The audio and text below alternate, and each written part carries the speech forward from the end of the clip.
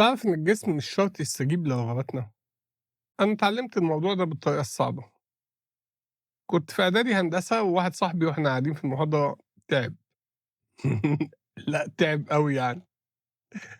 طب ما تقول للدكتور يا ابني، خايف، لسه عيال طالعين من ثانوية عامة وشايفين الدكاترة دول آلهة بقى ومش قادرين عليهم. أنت متصور طالب في أول سنة في الجامعة وبيخاف من الدكاترة؟ كلنا كنا عيال فما فيش حد فينا قدر يقول للدكتور ينقذ محمد. يا ابني فاضل ولا ساعة وممكن يطوّل عن كده، هتخش الحمام إزاي كده يعني، ده أنت هتعملها على نفسك. فعلًا، كان واضح إن أمر الله نفذ. بقينا قاعدين في المحاضرة مش عارفين نعمل إيه، كل اللي قاعدين عايزين المحاضرة تخلص عشان تعبوا أو زهقوا إلا إحنا، عايزين لها حل عشان نشوف حل في المصيبة دي إيه.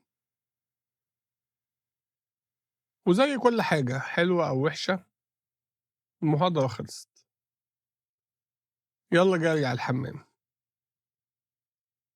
شاور لنا بدماغه إن خلاص الجسم اشتغل بطريقته وما استجابش لرغبة الولد إنه يستنى شوية. يعني كان شوية صغيّرين مش كتير.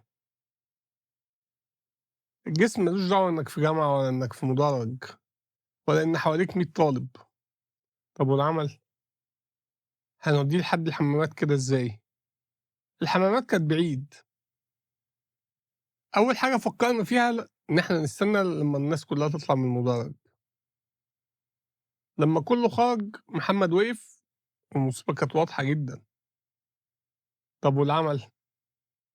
راح قالع الجاكيت الجينز اللي كان لابسه وحطه على وسطه. كنا حوالي 5 أصحاب محاوطينه من كل اتجاه لحد ما وصل الحمام. وكمان وقفنا برّه عشان نتأكد إن ما حدش يتضايق من إنه بالتأكيد هيطوّل جوّه.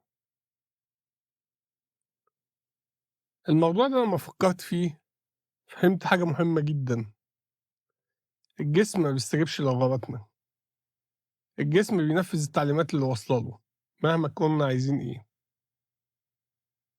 بس تفتكر إن ده ما حصلّيش يعني؟ بُكرة أقول لك بقى.